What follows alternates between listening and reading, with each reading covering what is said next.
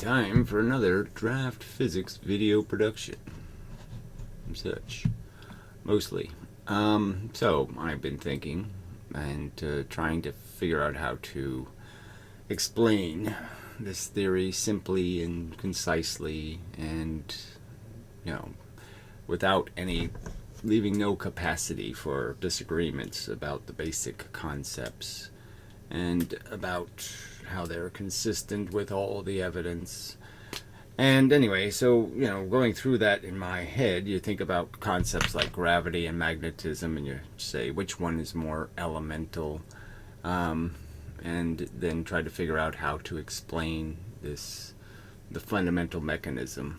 So the key thing, I would argue, is that this starts with this idea of pressure.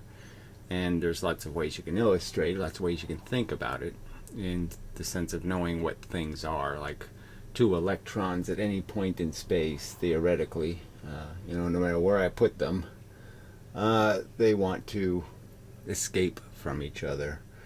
So in a kind of way, it demonstrates that, in an open universe, there would always be less distance between these two than the absolute distance of the universe. And so there'd always be more pressure, theoretically. You're just taking whatever was in here, in this space, and as you move two electrons towards each other, you're confining the space, and therefore, those 3 lines equal 6 lines, in the sense that the idea is the force would be reflecting, is the obvious thing to understand that's causing electrons to dislike each other. Is the closer you're bringing them, the more you're compressing something, whatever you want to call that. And, ether, or something more fundamental. And that is more pressure, and that says go away. So the closer I bring them, the more they're compressing something that's saying compression has a consequence, and the consequence is more interactions, more hits. So even though you have the same amount of stuff, when the electrons are over here and over here, same stuff, there's more interactions with the electron. And the obvious thing to think is, well, the interaction is a hit, So now we're sort of back to the push-pull argument. And again, I would argue that any pull is just uncreatable. You can't say that two things could pull on each other. There's nothing to pull on. And they have to have a mechanism. They have to do something to pull. All they have to do to create this pressure is move towards each other. There's no, they don't have to, there's no mechanism required. They don't have to have some connection. They don't have to have a rope to pull on. They don't have to have a thing to pull on. They just move closer and compress the stuff. And so that's it. It's just logic. So anyway, so the consequence is just kind of a weird thought that if, no matter where I put two electrons, all the electrons in the universe, sort of like a Bill Gates kind of argument, right now, they're all sort of pushing on each other. They're all a little bit of something, ether. See, I just can't get away from the idea of understanding that the connection between everything is something moving the speed of light. But anyway, no matter where they are in the universe, I just can't do it without you, without me suggesting to you, okay, that what's communicating between them is a force, and the force is made of stuff moving the speed of light, and that stuff hits, and when it hits, it reflects, and when it reflects, it gets caught between things. And that's why, that's the obvious pressure created. So just ping pong paddles with a ball between them, you just move them closer, you create more interactions, and the interactions mean a little bit of momentum in the direction of the interaction. And there, so you have the idea of the pressure. What is the pressure really doing? Okay, so that's another way to look at it. What is the pressure really signifying in the sense that when you create more pressure in one place, theoretically you're creating less in another. So now we're back to like the elemental concept of gravity. But the idea is that if you're in a universe with something, there's force moving the speed of light. That force moves big stuff. Big stuff moves much slower, okay, in that direction. So the force that was going the speed of light that would have hit you at, time, anything, whatever we make the time now, okay, all right, this force would have hit you now. Well, it's not going to hit you now because it's stuck in here, okay, it's stuck moving this thing, in the sense that this thing absorbed the momentum and is moving much slower, okay, because the momentum is essentially in here, having to move everything in this mass to move it this direction. It takes time to move everything. So if you're moving one little thing, it'll go the speed of light. But if you got to move 10 things, you sort of understand that impact has to be spread across each one of these things, and that takes extra time to move them all. So the whole thing has to move slower. So now this doesn't get hit with this little force that was going this way.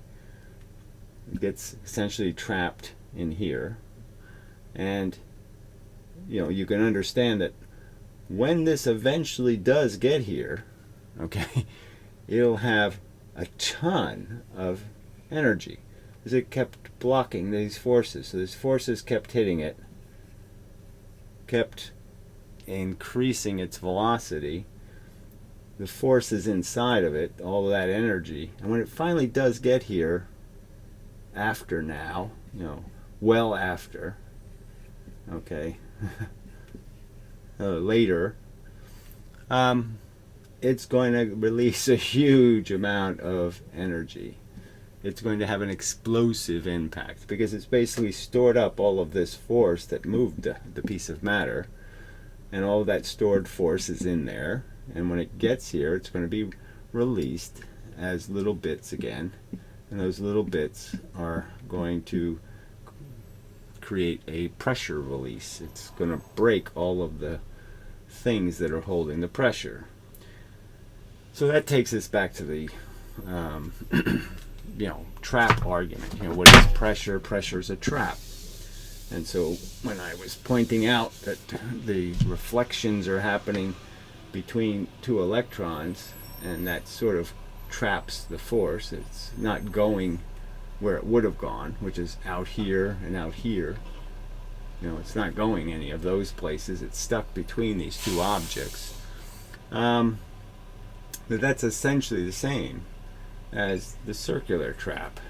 Okay, the idea that you can understand that something can be going this way, get caught in a gravity, and just end up going around and around and around. And so all of this momentum that was heading this way doesn't get there because it's stuck here, going around and around and around. And that's essentially the same as understanding that if you took 4 right turns or 3 left turns, you'd end up back where you started, and that's the trap idea. And so the simplest trap is just to create a wall. Something reflects off of it, and you put another barrier, okay, and then it reflects, and then it reflects. So a reflection between two objects is essentially this circular trap or this square trap. It's just the simplest form of trap, is to take momentum in one direction, slide in an impediment, and now you've trapped that piece of energy that was going this way, the speed of light. It was heading somewhere now, okay, and it ain't going to get there. And that's a key to what's going to happen to you, because something that was going to balance the force hitting you from the other direction isn't going to balance it anymore. So this basic concept explains pressure, explains heat, explains why, it explains what energy is, in the sense of trapping, consuming pressure, and releasing pressure when the traps are broken. Or when two pieces of matter that have stored a bunch of energy, trapped a bunch, two traps collide. All kinds of hell breaks loose. Alright, so back to gravity again, just to re-illustrate the model. The idea is a bunch of forces going in from all directions. Alright, and it's not theoretically coming out, in that it ends up storing some pressure. So, and heats up. So heat would be the consequence of stuff moving in these directions. So the big thing is absorbing it by the little pieces inside of it, absorbing the energy. So this energy comes in and it moves an electron this way. And this bit comes in over here and it moves an electron this way. These are all equal amounts in all these directions. And so the whole thing ends up being a swirly mess of hot, because there's a bunch of energy trapped in the electrons, in the sense that the electrons are moving in directions, and to move in a direction it has to absorb an extra bit of energy in that direction. And so the idea is that you have motion in both directions. And so theoretically the argument could be made, well, you absorbed as much going this way as you did this way. But the key is with the other objects over here. So you trapped a bunch of energy that would have been heading right for this guy right here. So all the stuff moving this way can't move that way unless it absorbs energy going this way from the field. So it can't do this going that way stuff unless it absorbs this. So this doesn't get to me. Now this part, it can't do this part without absorbing energy that going this way. But obviously energy going this way, past me, I've already been impacted by whatever energy is going this way. I got hit first, if there was any. It can't possibly be affecting me. So all the absorption in this direction is meaningless to me. I don't see that. It already went past me. The bullet's going the wrong way. Okay, I couldn't care less. It's the bullets that were heading right for me that are the ones that matter to me. And those are the ones this thing's absorbing. So just by sitting here, spinning, having gump inside of it, spinning around, moving still, accelerating, it's absorbing the force in all the directions, theoretically, in a consistent amount, an equal amount almost. But I won't see it as equal. I'll only see the force that doesn't hit me. I won't see the force that wasn't going to hit me. So when you affect a force in a way that's not going to affect me, it's not going to affect me. So that's why gravity works. And it really is dependent on the little bits inside of something gravitational moving, accelerating, continue to try to accelerate. Just like right now, we seem like we are benign and stationary. We can't possibly be doing anything at this moment. We're not causing any pressure. But if you think about it, you are. You're dented your chair, you're pushing on the floor. Your weight, is real all the time. You stand on the roof, you can push a hole through it. And, so your pressure, the fact that you're causing heat, that's what pressure is, realistically. You're forcing electrons closer to each other, creating more of those reflections by pushing them closer to each other.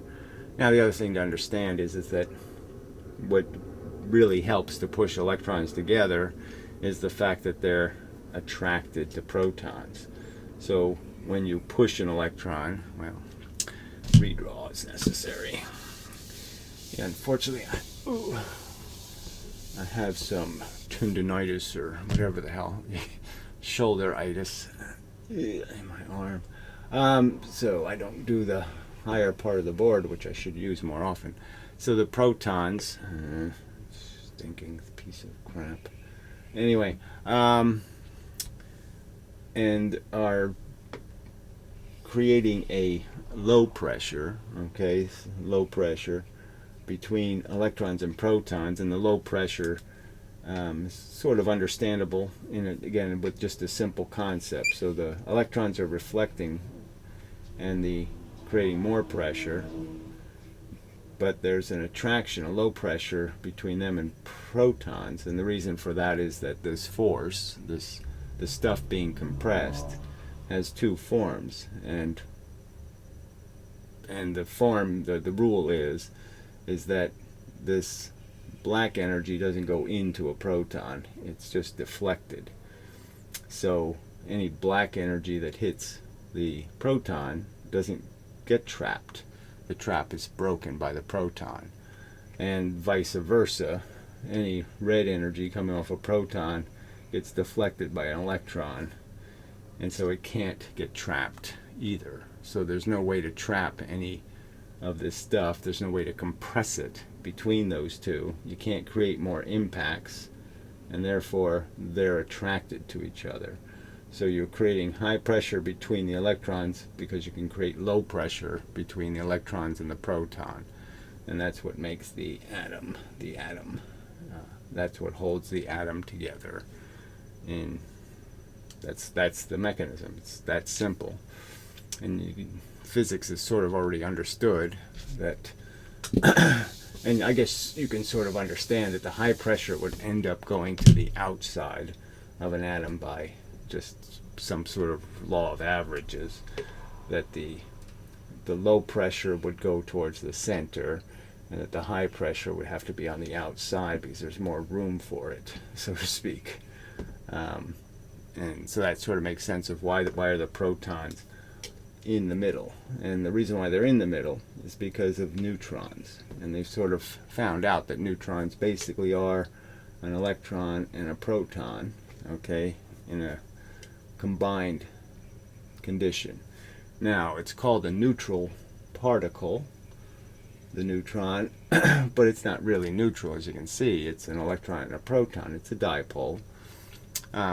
But it's in a condition where nobody can see its polarity, because everything that's going to be looking at it, it's going to be looking at it from such a long distance that the forces that are reflecting, those are the key ones, are segregated, coming out black and red. But the key is from a distance, those two are going to mix so much that you're not going to see this polarity anymore. And it's just going to be a +1 charge and a -1 charge. And so it's going to look like a zero charge, because the two are going to be negated. But the key to this proton is that it creates an opportunity. Guess I can just erase this for another proton to be in association. And then you have the obvious circumstance, well, obvious to me, where the proton energy all leaks out, the electron energy all leaks out, and so you have what's called the strong force, which is the explanation for why these two protons are so close together without creating pressure. So again, as pointed out before, if I put a proton between these two electrons, the same thing will happen. Instead of this high pressure existing, all of that pressure will leak out of the proton, that black energy. And so there'll be no pressure in here, no increase in the hits. So if I had a ping pong paddles, and I just had a rule, there's two kinds of balls. One ball that goes right through the paddle, okay, the same difference. Making a right turn, forcing it to take a right turn is essentially the same thing as just going right through it. There's no momentum absorbed by the proton in the process. So it's like just having ping pong paddles, and then you make a new rule. You have balls bouncing between them, they're two colors, and then you make a new rule. And the new rule is the red ones, well, again, I have to put an electron in to get the full effect, but to show how all the energy leaks out once you combine the two in a relationship. There's just no place for the energy to be maintained, except for energy that has been turned by some other object, Like the energy comes in this way and turns this way and then hits the electron, but it can't get reflected. So it only makes its one impact, and that's the only impact it has.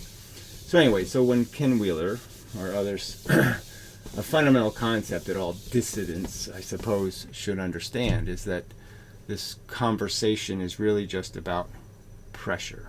So when somebody says it's pressure mediation, well, yes, but what's mediating the pressure? And I would say the obvious mediator is the difference that we know exists between the little stuff moving the speed of light, okay, which is the speed of force, I would say. And we know that little stuff exists, and the big stuff, the matter, okay, that doesn't move, generally speaking, the speed of light, that takes a tremendous amount of energy. Nuclear colliders and accelerators, they consume a ton of energy to move little tiny particles to get them up to speed. So it's really hard to get an electron to move close to the speed of light. You have to put a ton of energy. You have to hit it with a swarm of energy to try to get it to maintain that speed, because as it goes faster, it's crashing into more of this force.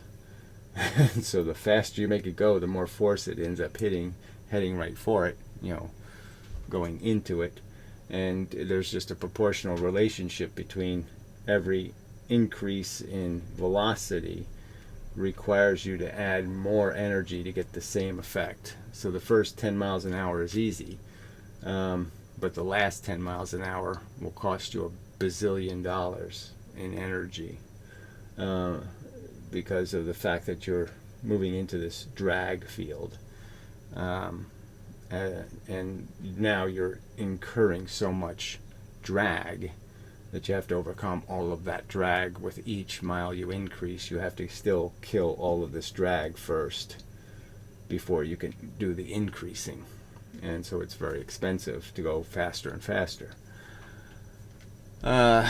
Just, I guess, suppose showing that there's a consistency, again, with this explanation, this theory accounts for nuclear physics and all of this other stuff. It doesn't leave any gaps in the story, and explains it rather completely.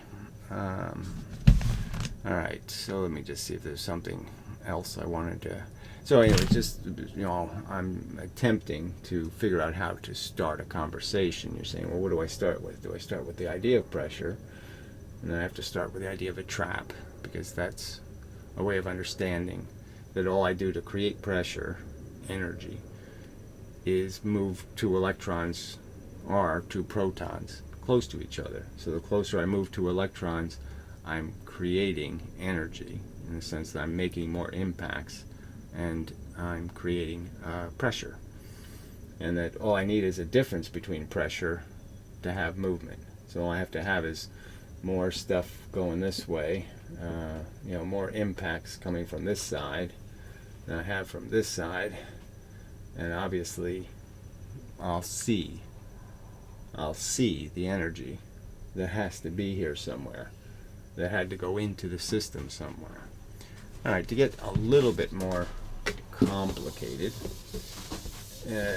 in understanding how the pressure or how the momentum is held by an electron, and sort of an interesting fact, it's an interesting proposal, a thought experiment, an interesting subject, okay, is the idea, if you did create an analogy or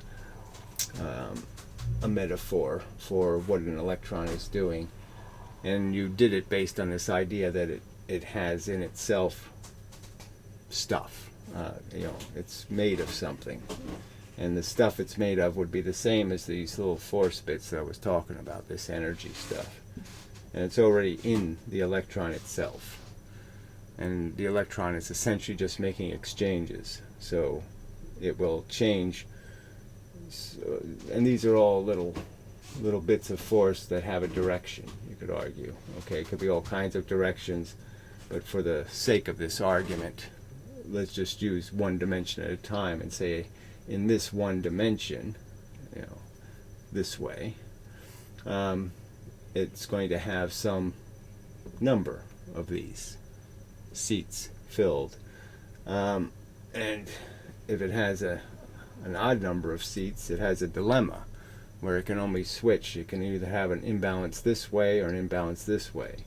And these seats decide which way it goes. Whether it goes, which way it goes will be decided by the net stuff caught in this bag. The bag is the electron, the boat, you could say. And these are rowers.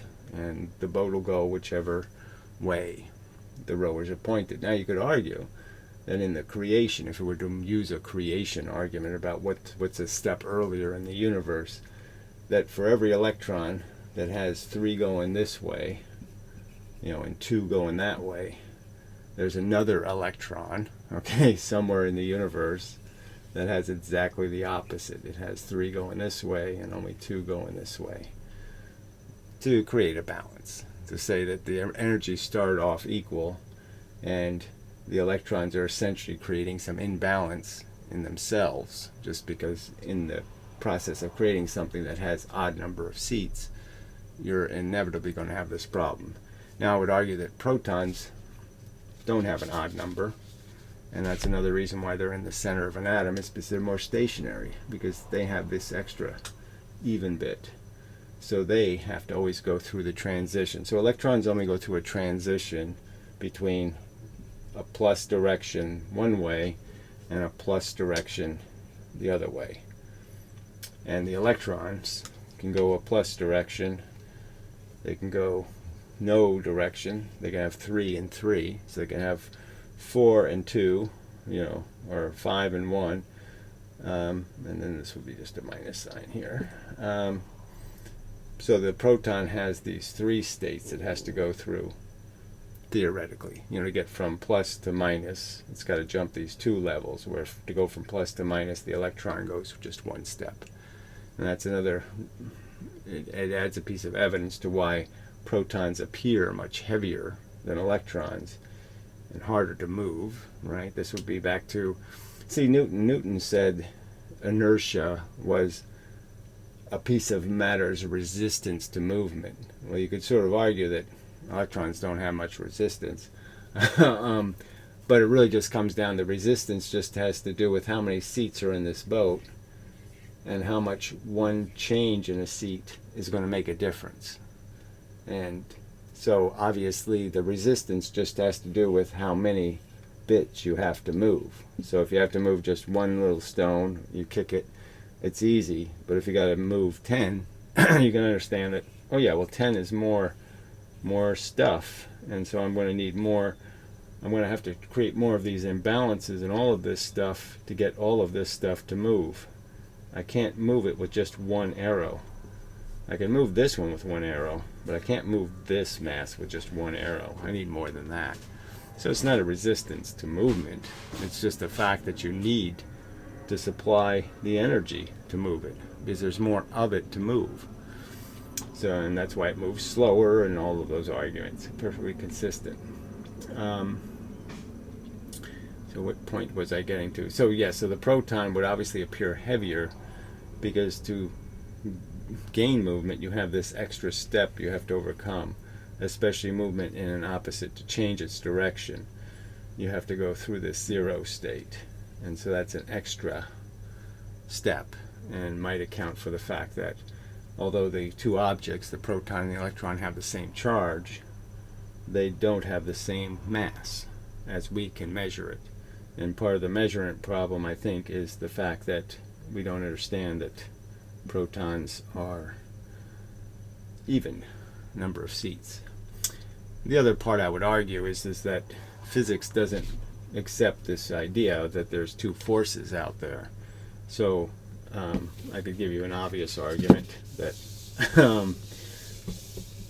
by force rules, stuff like photons, which are these little bits of force at a frequency, very, the same distance from each other, coming in a sequence, a ray, all right, not a wave, a ray, and that if you try to hit a proton. The problem is this force, black arrows, are inert to the proton. So if you're going to measure how heavy something is based on how easy it is to move, well, if you're hitting force at it, okay, that goes right through it, or as I argue, leaves perpendicular, bounces off, you're not going to be able to measure its mass that way. It's just not going to happen. Because it'll not have any effect. It won't cause any momentum in the proton.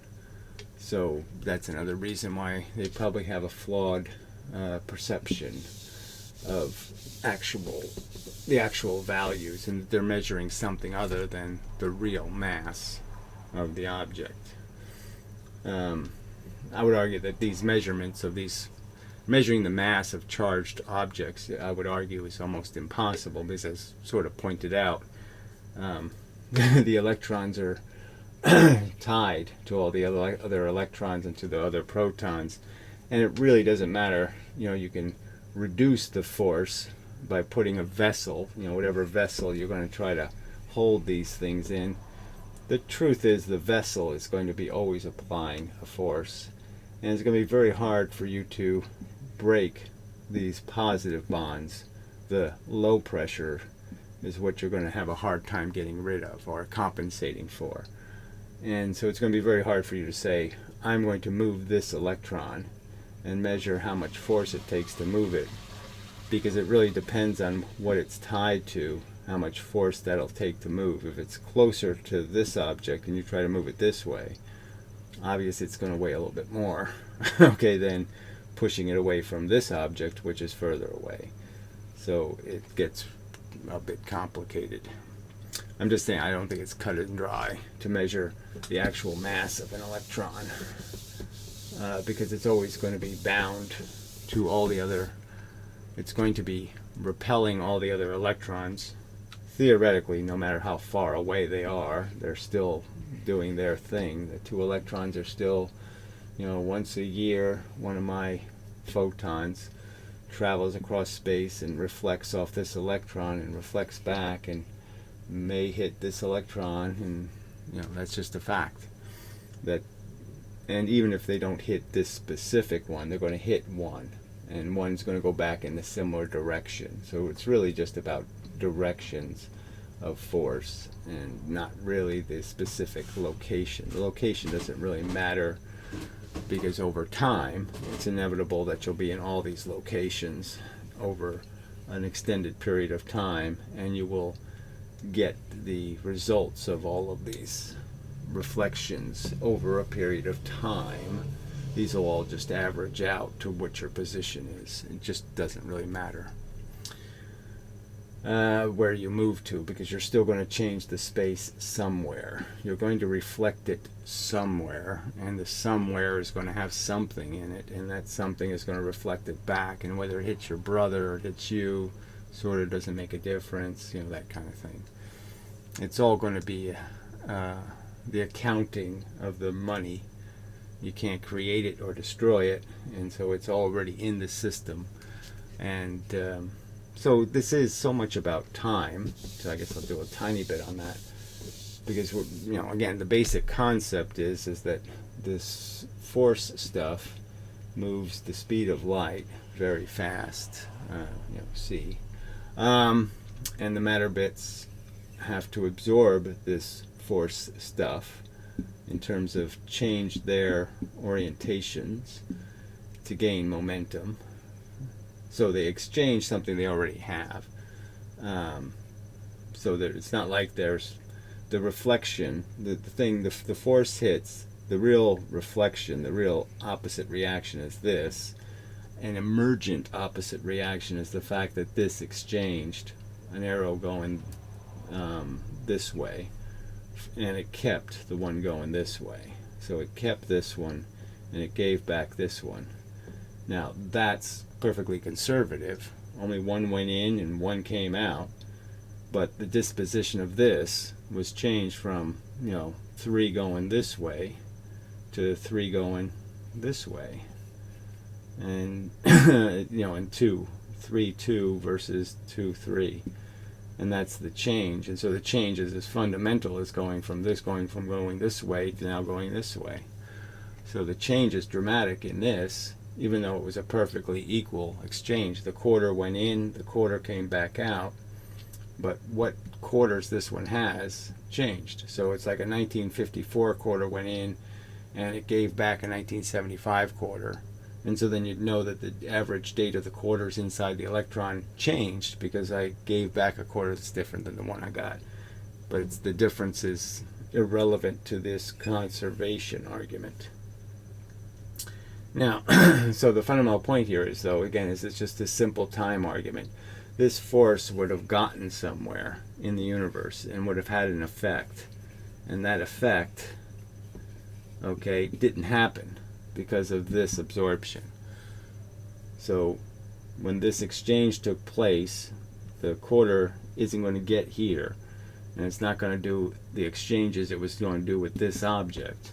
And that has a consequence that you can just think of, obviously. But you do know that the force is still there, but you know if this big heavy thing eventually shows up at this object, there's going to be a hell of an explosion. All of that stored force is going to be realized. And yeah, so that's the basic concept, is that the timing of events is changed, and the time of the events is fundamental. Now, on the subject of time, I would argue there's a universal time. Time is a universal function, and it just has to do with how fast photons go from point A to a fixed distance, point B, and that has a consistent time no matter where you are in the universe. Light always has this consistent time, and Einstein would agree with that. You can't change how fast, how much time it takes for light to get from point A to point B. You just can't do it. Light is always going to take a certain amount of time, and it'll always be the same amount of time. So there is no time dimension here. So that's a great inconsistency in what Einstein is saying, because one minute he's implying you can change this time by having a velocity, but you really can't. This speed never changes, the speed of light, and that's the speed of the force. And so all you can do is break clocks. So again, time is a function. It's happening in the universe all the time, and all you can do is, by having velocity, you can distort the function of the matter inside of you, because the matter inside of you will be spending so much time going this way. Having velocity means that your stuff has to have a lot of arrangements in it where the motor's running. The proton-electron motor has to be running. So all of your atoms have to be in a certain arrangement that allows for this reflecting thing to happen, where the light is bent by the proton and keeps forcing the electrons in a general direction, a net direction, and just drags the whole atom in that direction. That's the motor that keeps material objects, that gives material objects perpetual velocity in space. Is you have to build the motor, and building the motor means that other things, the atoms and the material was doing, the compounds inside the matter were doing, won't be doing that anymore. But all of this theoretical crap that you could ever move a human being fast enough to change their perception of time through velocity. So velocity is essentially cryogenics. It's just going to slow things down in terms of the atomic metabolism, and that's how the clocks are broken. So clocks are broken. Time is never broken. You just measure it wrong. And you can sort of understand that if I give you high acceleration, if I accelerate you, move you, attempt to move you, push you, change your force. I hate this fucking piece of shit. Well, I don't hate it. I dislike it. Come on, what's the big deal? I'm not asking you to do much. All right. So where was I? Time. So. Is there any point? I mean, they really should work. I mean, it's just no point having this whole whiteboard thing if they can't make a marker that actually can draw. Anyway, so what was I saying? So time is just a function. There's no time dimension. You're not going to... So if I accelerated you very fast, that means I'm pushing a lot of forces into you. And you're going to be hit by a lot of incoming forces. So lots of stuff's going to happen. But you kind of know that the faster you go, you're going to get squished. So you're not going to survive acceleration anyway, to ever get to a speed where your perception of time would get different. You're going to get smashed long before that happens. And I think you can sort of surmise that there has to be a limit to this velocity thing, because as you increase the velocity, it means more and more of the matter has to all be going in the same, all those all the bits inside of the electron have to be going the same way for this electron to be going the speed of light. There can't be anything going the wrong way that needs to be dragged along, no wasted bits. All the fish have to be compliant and moving with the school for the maximum speed of the school to be reached. And if any fish is going left or swerving or doing any kind of knot in this direction, you won't reach the maximum speed of the school. And so, essentially, once all the fish are swimming in exactly the same way, okay, they're just a bunch of fish swimming the same way. They sort of lose their schoolness and just become a force coming right for you, kind of thing. Alright, so I think I've covered enough of it. Again, it's just a little bit tricky to think of how to... I mean, this is more than just an argument about ethers and particles. It's an argument about what's a rational form of pressure, an understandable form. I suppose another thing I should just point out that if you want to get one stage more elemental is kind of understanding that for this reflection thing to happen with electrons there, and the idea would have to be is there has to be a pressure coming this way, okay, of some kind, or any pressure between these two electrons will make them go very fast away from each other. So there has to be some opposing pressure, or they're going to fall apart. So this whole idea of a Big Bang, the piece that's missing is this idea that anything moving away would be moving into something that doesn't have any pressure. If there's a bunch of little bits flying out of here that are moving the matter, out here there's no pressure. And so everything here, nothing would stay together because everything would have no pressure this way and lots of pressure this way. So high pressure and no pressure. So obviously everything would just speed away. So you couldn't see anything far away as a thing because it would be falling apart dramatically. Now, maybe that's happening. Maybe when we look far away and we see objects get brighter, it just might be getting brighter because they're falling apart and turning back into photons very rapidly. But another explanation, another way of seeing it would be to understand that the universe is really a big giant bubble, and that any energy that hits the outside of the bubble, like say as a photon, a visible photon, comes back as stuff at no frequency, scattered and rearranged. And so anything that had form when it hits this wall comes back as just energy, just the force bits. And obviously they have two colors, red and black, but I didn't put that in. But anyway, so I think that's probably enough. It's still not